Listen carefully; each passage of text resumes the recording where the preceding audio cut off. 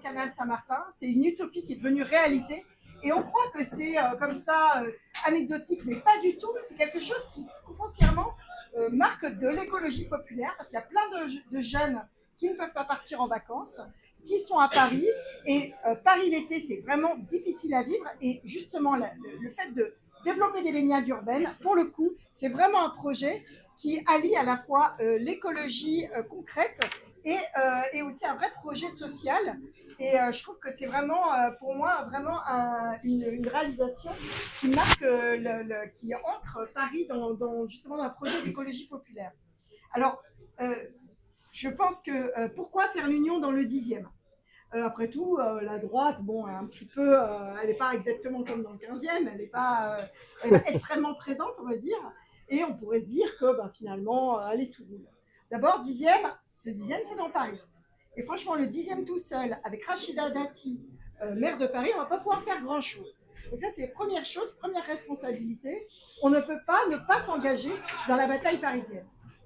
La deuxième chose, c'est que, je suis désolée les amis, mais on a encore beaucoup à faire. Et je pense que ce qui est important, et vous l'avez dit, c'est le projet.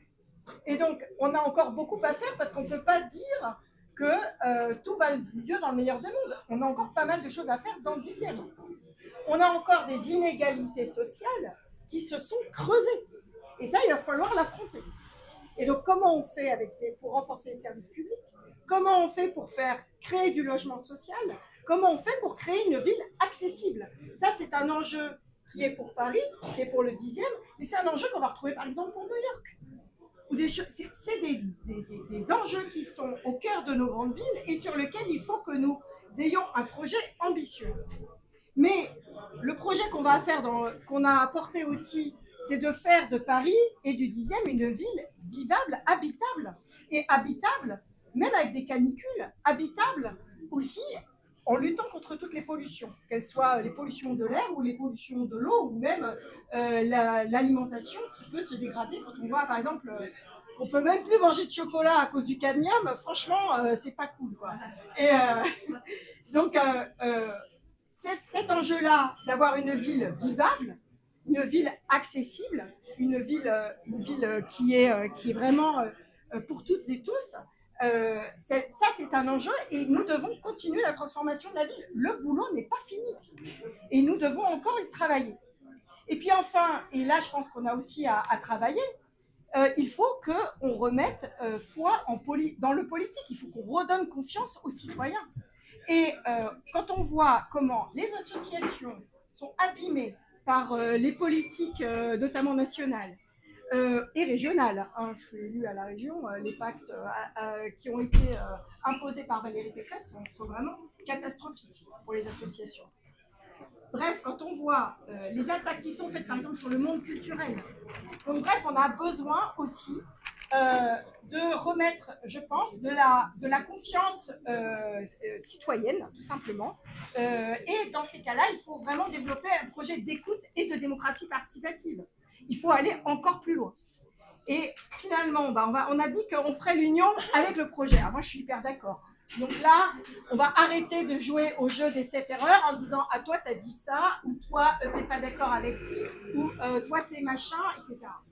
Je pense que ça sert à rien de jouer au jeu des 7 erreurs. Moi, je vous propose de jouer à l'inverse, de voir quel est notre socle commun. Est-ce qu'on est d'accord? Est-ce qu'on est d'accord pour faire un jardin et du logement social sur l'ancien hôpital Fernand Vidal? Est-ce qu'on est d'accord? Ouais? C'est bon, vous êtes d'accord? Ok. Ouais. Est-ce qu'on est d'accord pour piétoniser la place de la République et des grands espaces sur le boulevard Magenta? Bon. C'est bon là? Vous êtes ok? Bon, voilà. Et je peux continuer comme ça. Je pense qu'on a besoin de construire le projet ensemble et de se dire ok, on top, on est d'accord. On est d'accord? Bon, alors on le fait ensemble, on va gagner ensemble et je pense que c'est comme ça qu'on y arrivera. En tout cas, dans le 10e, ça se traduit très concrètement pour les habitants, pour nos voisins. Et je pense que c'est aussi comme ça qu'on va pouvoir se parler, qu'on va pouvoir porter le projet avec nos voisins, avec nos voisines, avec les associations et avec tout le monde. Je pense que c'est aussi ça qui est attendu de nous, n'est-ce pas? Merci. Ben, bien sûr, merci Charlotte. Bravo.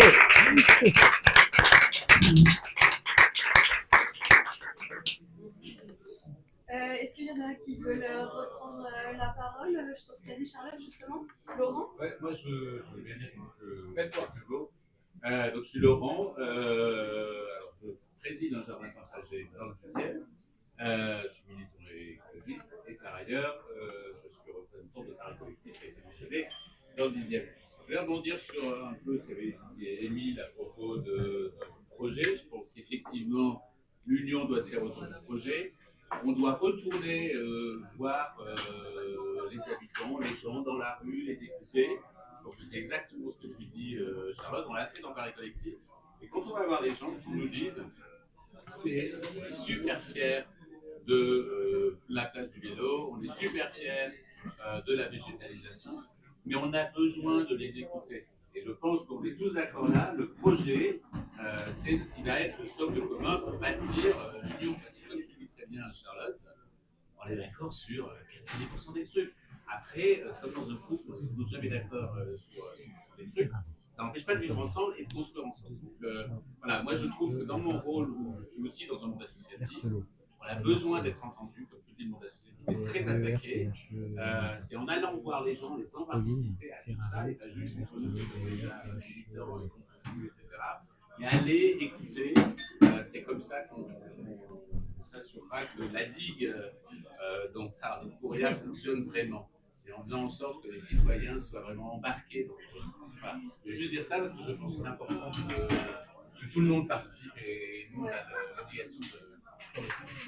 Bravo.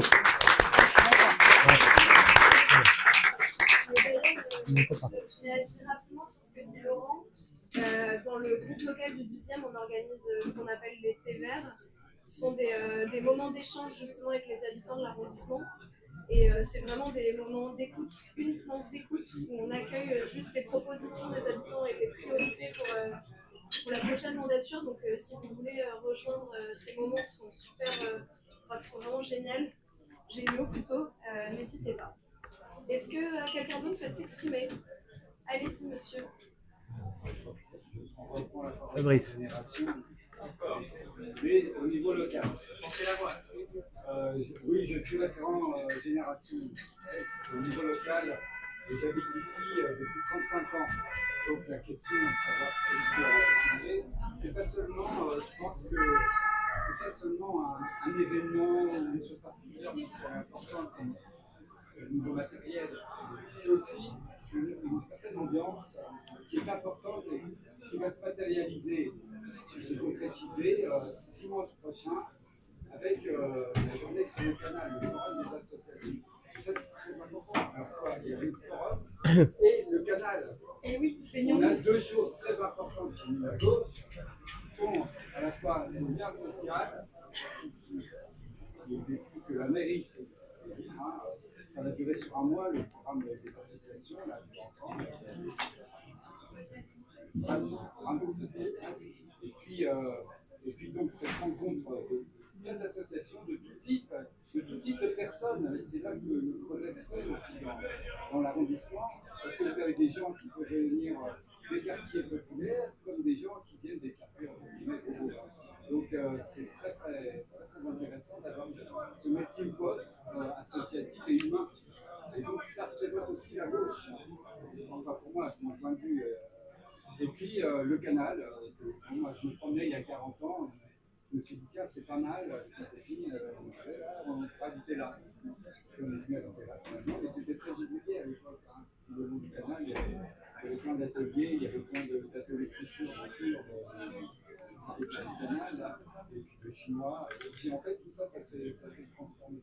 Alors sur le point qui est peut-être notre particularité sur la campagne électorale, parce qu'il y a pas mal de jeunes chez nous qui ont insisté sur le fait que la gauche ne prenait peut-être pas en compte la situation des jeunes. Bon, moi j'ai 4 enfants, ça peut se présenter, notamment dans des mères étudiantes, et c'est quand même compliqué d'être jeune à Paris, parce que vous venez de la province, bon, c'est en tout cas, mais disons pour ceux qui viennent de province, même les jeunes qui veulent s'émanciper à 20 ans, ils vont chez les parents, donc ils veulent un logement.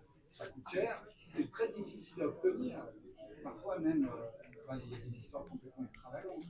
Des gens riches qui finalement venus d'autres pays qui achètent des appartements à Paris parce qu'on ne les veut pas, parce qu'ils n'ont pas la bonne couleur d'Asie, d'Afrique, voilà. Et donc, on a une situation complètement ubuesque pour les étudiants qui sont obligés de venir dans les grandes villes. Bon, c'est pas seulement à Paris, mais obligés de venir dans les grandes villes, d'étudier sur place, et en même temps, le coût des loyers, le coût de la vie, on en a parlé. Quand vous faites votre course, moi j'ai été en Alsace, je fais mes courses dans un supermarché là-bas, les prix sont deux fois moins chers. Donc c'est quand même un truc qui est quand même bizarre. Et donc ça, vous avez de plus en plus de logements qui sont liés à Airbnb, et ça, la mairie, effectivement, essaie de lutter contre ça. Je pense qu'il faudra aller plus loin. Moi, mon propriétaire, il a 2 Airbnb dans le même immeuble. Il y a 3 appartements dans mon immeuble, en tout cas, et il y en a 2 en Airbnb. Donc c'est absolument des quotas qui viennent incroyablement dangereux et pour la population, et on voit bien les gens partent. Nous on a pas mal d'adhérents dans notre communauté qui sont partis parce qu'ils ne peuvent pas rester sur place quand ils ont des enfants et des appartements. Donc voilà, je ne vais pas rentrer dans le détail, mais en tout cas pour les jeunes c'est important. Nous, vous savez, on défend le revenu universel, on essaie vraiment, mais on aimerait bien qu'il y ait une expérimentation qui se passe au niveau de Paris, comme ça s'est fait avec les Covid, À Lyon. avec les Ouais, et pour les jeunes, c'est une autonomie et qui sont obligés de travailler comme des enfants pour voilà, du temps sur les reçus.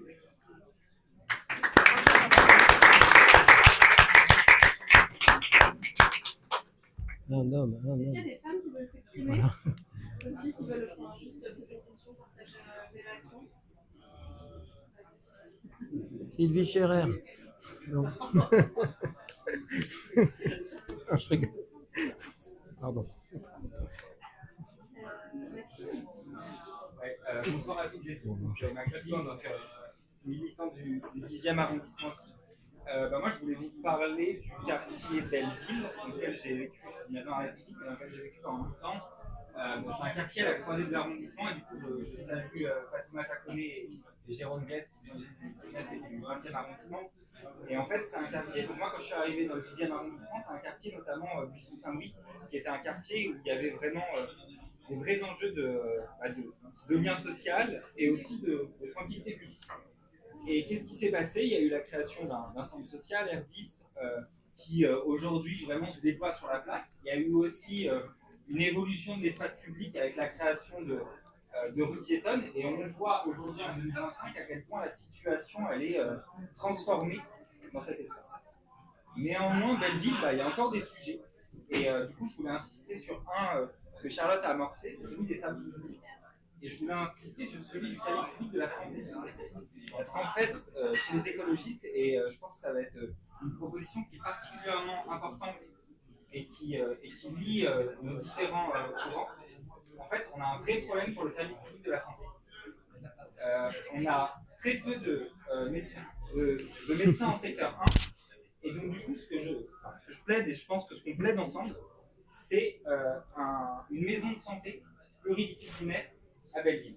Une maison de santé pluridisciplinaire, ça veut dire quoi? Ça veut dire des médecins généralistes, ça veut dire des médecins spécialistes. Et je voudrais insister sur un dernier point, ça veut dire aussi des petits. Parce que je pense que la santé mentale est un fléau. Léa, Et j'en veux à ce gouvernement de faire cette année de la santé mentale un type spectacle. Donc voilà, beaucoup de maisons pluridisciplinaires de santé à Belleville en 2026. Il faut voter écolo, il faut voter union patriotique.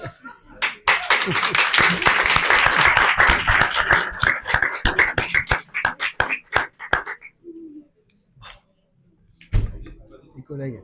Est-ce qu'il y a d'autres interventions? Allez-y, je vous en prie. Je veux bien dire un mot, même Très fort. Debout. Debout et Ouais. fort. je veux bien dire un mot en particulier parce que je trouve effectivement que c'est bien qu'il y ait aussi des femmes qui s'expriment. Merci d'avoir demandé ça. Même si moi j'ai rejoint le groupe du 10e il y a un an, mais que je ne suis pas beaucoup, je voulais dire que là j'ai vraiment décidé d'essayer, même si je n'ai pas beaucoup de temps, de m'engager pour suivre un peu et pouvoir pouvoir participer, j'espère, à une victoire à Paris au-delà. Moi, je travaille dans le monde entier, en fait, je voyage beaucoup. Et en fait, quand on voit les dimensions que prennent l'actualité internationale, les pays, en particulier ce qui se passe aux États-Unis, la chute des institutions, la démocratie qui est vraiment mise en question, l'écologie qui a quasiment disparu du paysage. Alors, moi, je suis très engagée sur le climat. Je trouve que vraiment il y a une urgence et je suis persuadée, comme vous le disiez, hein, que en fait, les bastions des villes et les locales est certainement là où on a le plus de chances de rester. C'est pour ça que je suis vous affuser et c'est bon. Même si je suis là depuis pas très longtemps. Merci Cassine.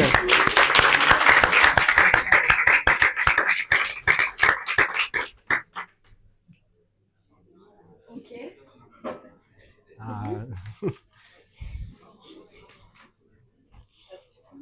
Bonsoir, Sylvie Scherer, je suis adjointe dans la municipalité du 10e, dans le groupe écolo, mais je ne suis pas écolo. Enfin, je ne suis pas écolo. on l'est tous, on l'est tous. Merci, en carte. Je ne suis pas en carte. Moi, je voudrais prendre la parole sur deux sujets. Le premier sur mon expérience aussi d'associative, qui est un petit peu ce que tu as illustré tout à l'heure, de savoir dialoguer en permanence. Moi, je suis une associative, on a créé ensemble, nous sommes le 10e qui fait cette année ses 30 ans. Au départ, c'est quelques individus qui décident que les associations issues de l'immigration vivaient à part, complètement à part de tout ce qui pouvait se passer au niveau de l'arrondissement, qu'il fallait trouver le moyen du dialogue. On a créé comme ça une association, une manifestation, le mois qui fête ses 30 ans cette année. Donc c'est de savoir. Oui, c'est 50 associations, je le sais. Je le sais, j'ai créé. Non, mais c'est d'avoir été en capacité à tout moment d'être dans le dialogue et au-delà et des associations, la fédération qu'elle représente, c'est sa capacité, parce que c'est elle qui portait dans le 10e la vocation citoyenne, d'avoir été en capacité, depuis les associations, de travailler avec l'ensemble des organisations politiques de gauche, des syndicats, à travers le collectif, qui est le collectif qui s'adapte des différents combats qui sont très souvent liés à l'immigration et facteurs, qui arrive, qui vit depuis de nombreuses années. Donc la capacité de dialogue, il faut être en mesure, enfin, il ne faut pas être en mesure, il faut se donner les moyens de créer des espaces de dialogue, de passer du temps à dialoguer. Et on voit qu'on regarde des structurations qui peuvent déjà exister en arrondissement, le nombre d'associations. Le fait que déjà un certain nombre de groupes comme ça dans lesquels le dialogue négatif peut nous permettre d'avancer encore plus. Alors je voudrais intervenir sur un deuxième point qui est beaucoup plus désagréable et dont je pense, de mon point de vue, qu'il est indispensable que ça fasse partie de la campagne, qui est, alors on appelle ça le vivre ensemble. On a parlé tout à l'heure des pistes cyclables. Sauf qu'aujourd'hui, je considère que ce serait fort dommage que tous ensemble on ne soit pas capable de travailler sur ce dialogue-là, sur c'est quoi le partage de l'espace public. Et le partage de l'espace public, ça va du SDF qui a ou pas sa tente sur un trottoir, c'est les deux roues non motorisées ou motorisées qui ont une appropriation de l'espace public, ce sont les piétons. C'est quel dialogue on crée entre toutes ces personnes aussi différentes qui occupent l'espace public. Et je pense sincèrement qu'on est extrêmement défaillant sur ce point-là. Ça, c'est un premier sujet. Le deuxième sujet qui est un peu lié à ça, c'est la question du bruit, qui est aussi le partage de l'espace public. C'est dans quelle mesure, parce qu'aujourd'hui, on a pour des raisons X et Y, des riverains C'est un qui énorme se plaignent de telle activité commerciale, qui se plaignent de tel groupe de jeunes, qui se plaignent de tel groupe de buveurs de rue, et on répond Tel quoi coiffeur aujourd'hui? de Château d'Eau. On répond rien. Et je pense que ça, ce sont des sujets. Alors, notre maire a pendant très longtemps répondu ah oui, mais c'est parce que pendant le Covid, il n'y avait pas de bruit, donc aujourd'hui, ils sont beaucoup plus. C'est pas une réponse en vrai. C'est pas ça là. C'est pas. Comment est-ce qu'on travaille pour répondre à des besoins d'habitants, de partager des espaces publics sans tomber trop facilement dans le discours qui est tenu par la droite, voire l'extrême droite. C'est je vais très sincèrement caricaturer, chacun chez soi, les moutons seront bien gardés, et surtout l'espace public sera totalement vide. Sauf que c'est pas comme ça que ça se passe.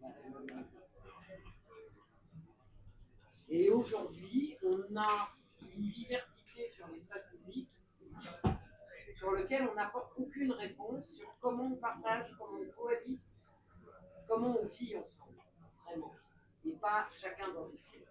Et ça, je crois sincèrement que c'est un enjeu pour continuer, enfin pour le programme, pour avancer ensemble.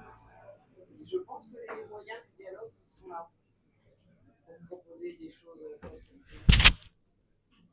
Sylvie. Merci, on va conclure du coup cette soirée. Pourriens, est-ce que tu veux reprendre la... Alors, volontiers, merci, et très brièvement, mais je vais enchaîner avec ce que Sylvie vient de dire. Moi, je fais des permanences parlementaires tous les vendredis.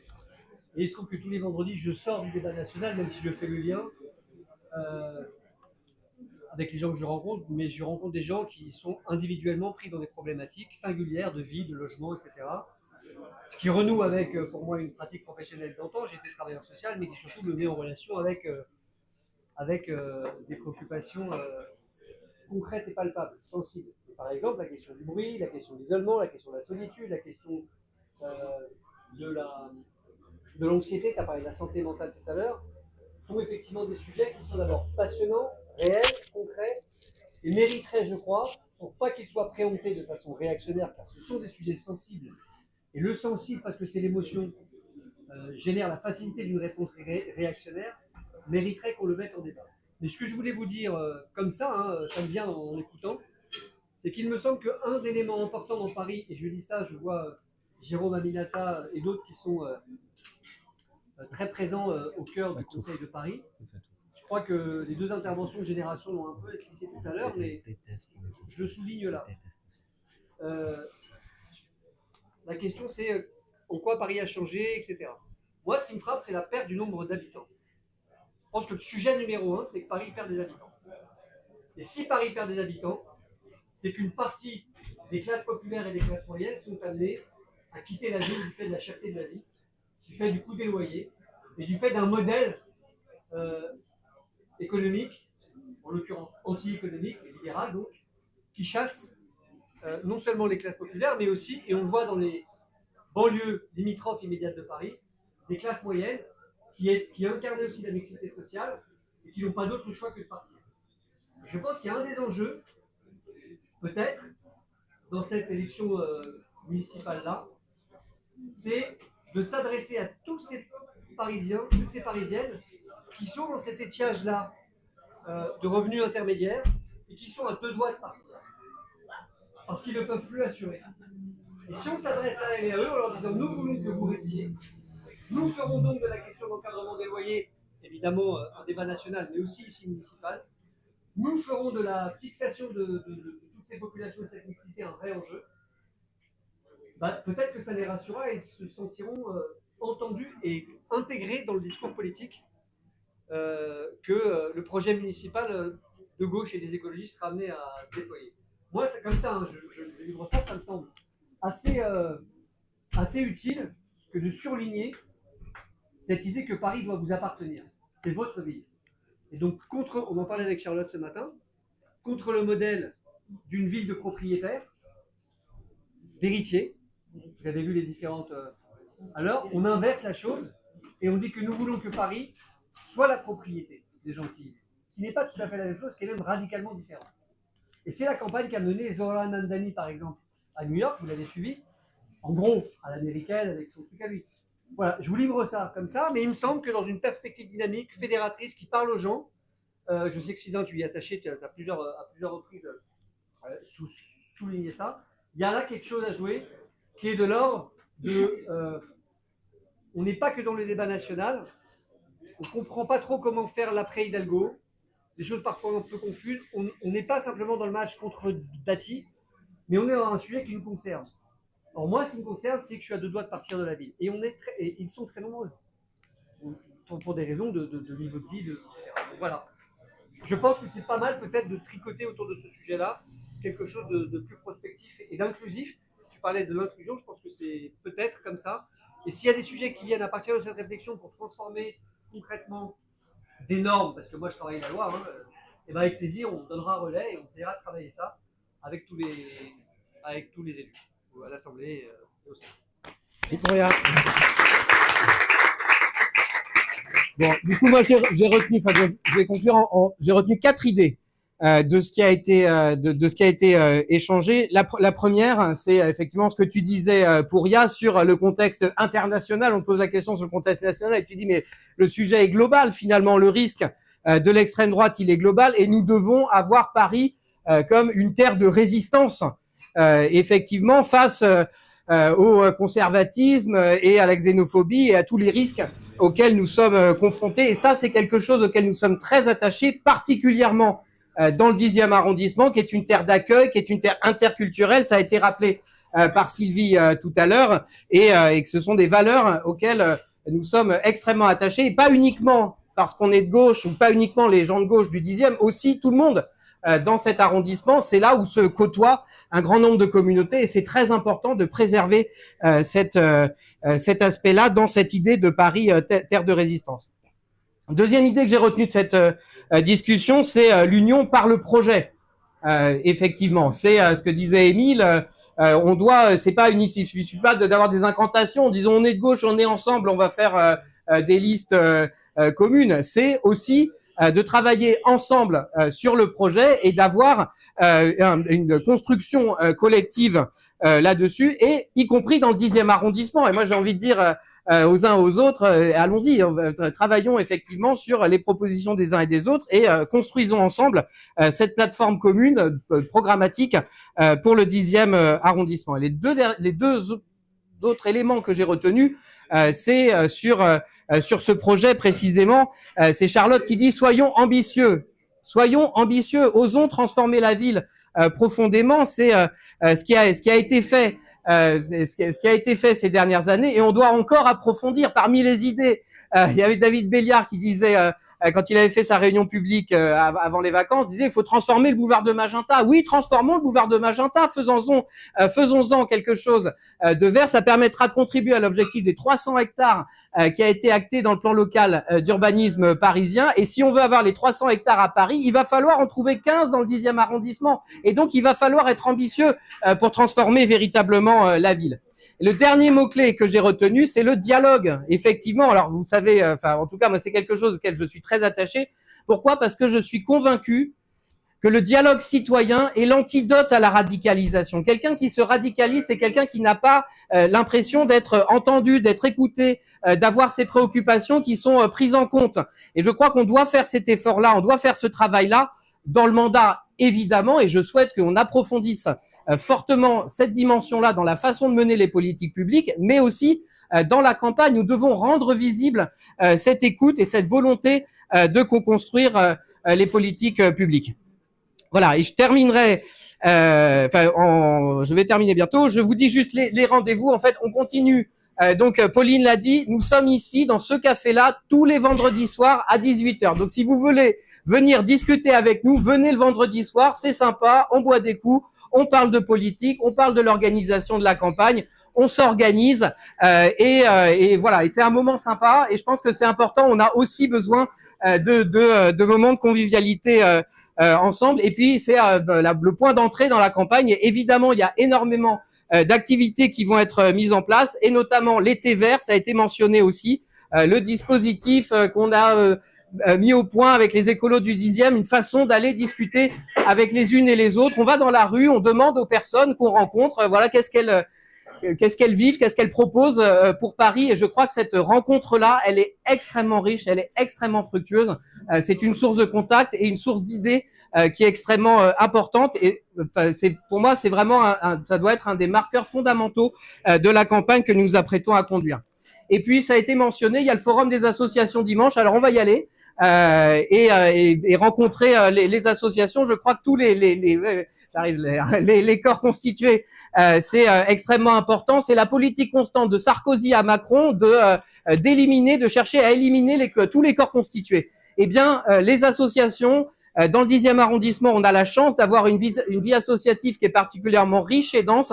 Et donc, j'invite tout le monde à venir la saluer, la remercier, l'encourager dimanche. Et en tout cas, on va passer tout l'après-midi à discuter avec les associations du 10e arrondissement, mais on fera une petite pause à 14h30 pour aller se baigner avec Léa dans le canal Saint-Martin. Et donc, rendez-vous à 14h30 au point de baignade en maillot de bain pour aller profiter de la dernière baignade de l'année. Et oui, c'est une conquête écologiste importante. C'est vraiment quelque chose de visible et de structurant pour le 10e arrondissement et pour Paris. Voilà. Et je terminerai en disant soyons ambitieux, disponibles, à l'écoute. En avant.